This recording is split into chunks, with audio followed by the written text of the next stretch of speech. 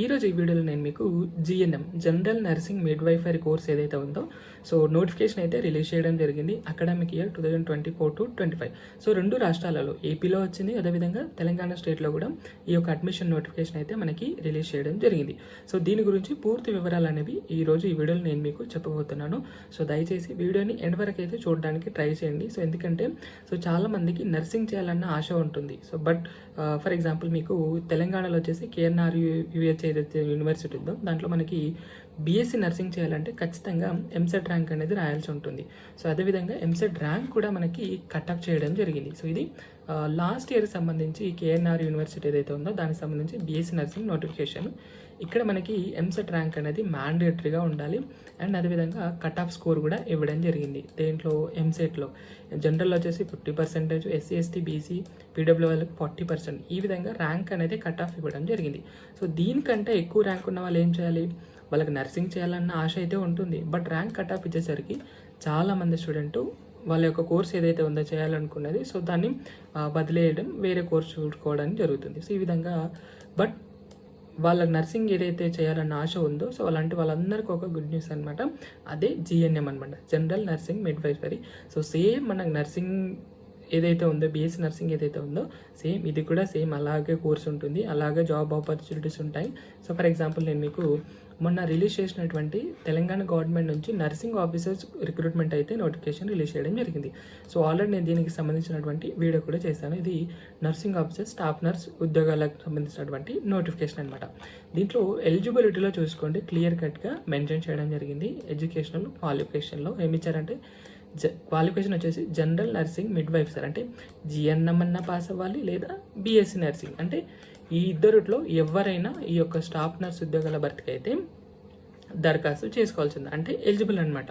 GNM చేసిన వాళ్ళు ఎలిజిబులే, BSc nursing చేసిన వాళ్ళు కూడా ఎలిజిబులే. బట్ ఇక్కడ మనం చదువుదామంటే ఇక్కడ ఎంసెట్ ర్యాంక్ అనేది ఉండడం జరిగింది. పోనీ ఎంసెట్ ర్యాంక్ రాసినా కూడా ఈ యొక్క ర్యాంక్ అనేది మీకు ఎక్కువ రావడం వల్ల ఈ యొక్క కోర్స్ అనేది మీరు చేయలేరు. అలాంటి వారి కోసమే ఈ యొక్క జిఎన్ఎం కోర్స్ అనేది చాలా బాగా యూజ్ అవుతుంది. బీఎస్సీ నర్సింగ్ ఏవైతే ఆపర్చునిటీస్ ఉంటాయో జాబ్స్, ఈ జిఎన్ఎం కూడా సేమ్ అలాగే ఉంటాయి. ఫర్ ఎగ్జాంపుల్ ఇదే దానికి ప్రూఫ్ అనమాట. అండ్ అదేవిధంగా ఏపీకి సంబంధించి కూడా మనకి ఈ ఇయర్ అకాడమిక్ ఇయర్ 2024-25కి సంబంధించి బీఎస్సీ నర్సింగ్ కోర్స్ ఏదైతే ఉందో దానికి సంబంధించి అడ్మిషన్ నోటిఫికేషన్ అయితే మనకి రిలీజ్ చేయడం జరిగింది. దీంట్లో కూడా మనకి ఎంసెట్ ర్యాంక్ అనేది ఖచ్చితంగా అడగడం జరిగింది, చూసారా. అండ్ కట్ ఆఫ్ కూడా ఇవ్వడం జరిగింది. ఓసీ వాళ్ళకి 50%, ఎస్సీ ఎస్టీ బీసీ వాళ్ళకి 40%, ఈ విధంగా ఎంసెట్ ర్యాంక్ అనేది మ్యాండేటరీగా చేశారు ఏది బీఎస్సీ నర్సింగ్ సంబంధించి.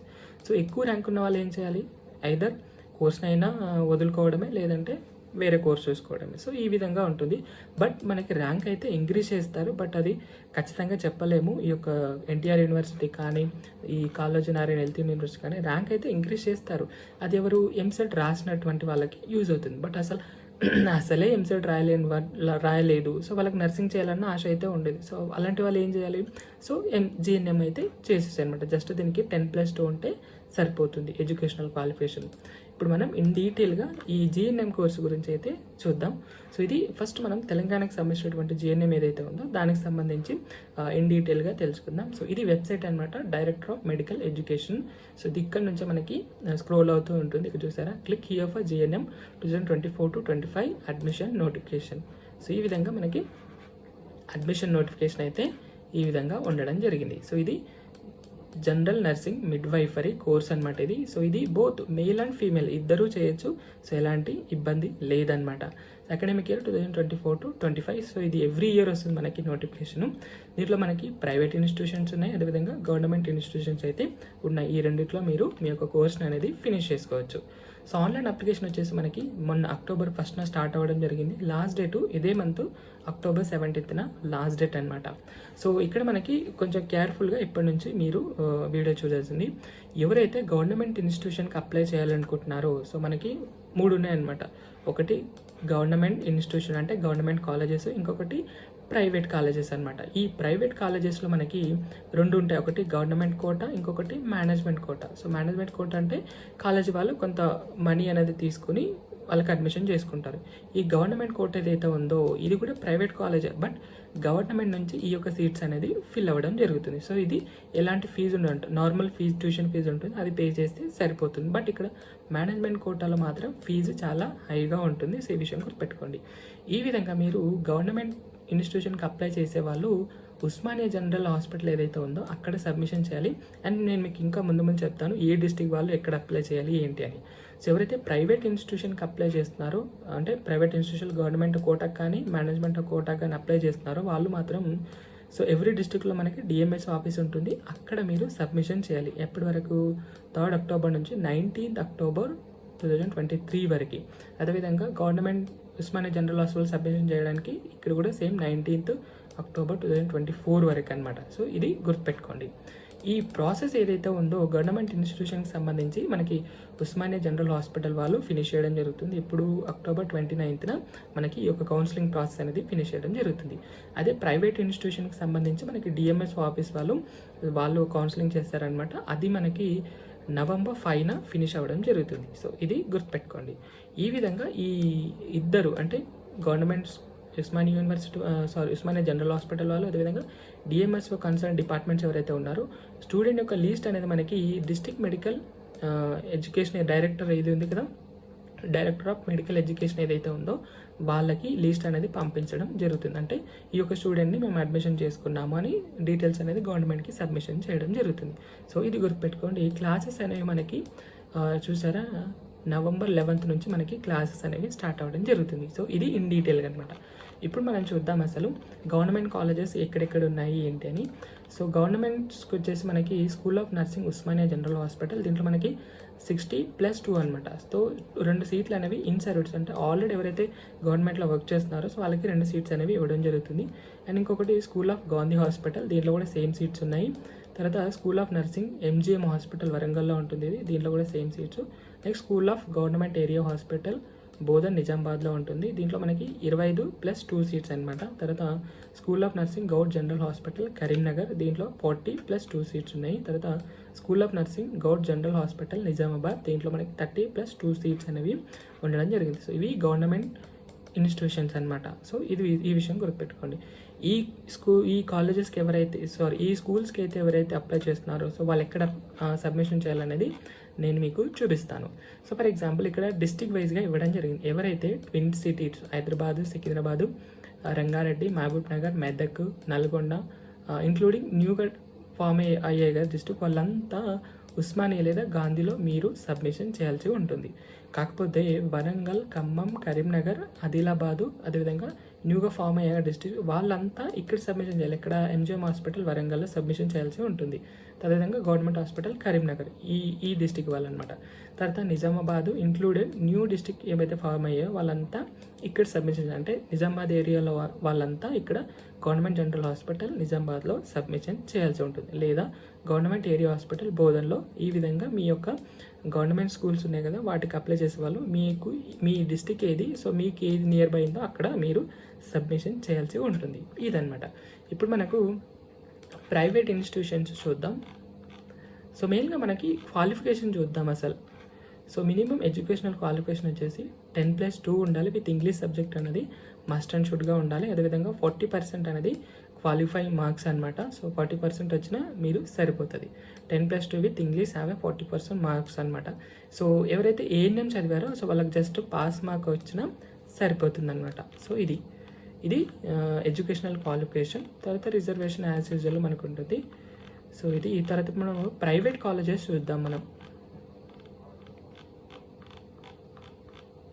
సో ఇవి ప్రైవేట్ కాలేజెస్ అనమాట. So list of district wise schools nursing in Telangana state as on August 3 వరకు ఉన్నటువంటి ప్రైవేట్ యొక్క కాలేజెస్ అనమాట. మనకి వరంగల్, అల్బన్ ఈ విధంగా మనకి డిస్ట్రిక్ట్ వైజ్గా ఇవ్వడం జరిగింది. సో ఇది నేను డిస్క్రిప్షన్లో ఇస్తాను. మీరు మీ యొక్క డిస్ట్రిక్ట్లో ఏ కాలేజెస్ ఉన్నాయి సో వాటన్నిటిని చూసుకోండి అనమాట. ఈ విధంగా ఉంటుంది. సో హైదరాబాద్లో మనకు చాలా ఉన్నాయి కాలేజెస్, తర్వాత రంగారెడ్డి. సో ఈ విధంగా ఎవ్రీ డిస్ట్రిక్ట్లో మనకి కాలేజెస్ అనేవి ఉండడం జరిగింది, ప్రైవేట్ ఇన్స్టిట్యూషన్స్. అండ్ అదేవిధంగా అసలు ఎన్ని సీట్స్ ఉన్నాయి ఏంటి అనేది కూడా మనకి డీటెయిల్గా ఇవ్వడం జరిగింది. సో ఇదన్నమాట. అండ్ దీనికి మనకి హౌ టు అప్లై, ఎలా అప్లై చేయాలనేది చూద్దాం.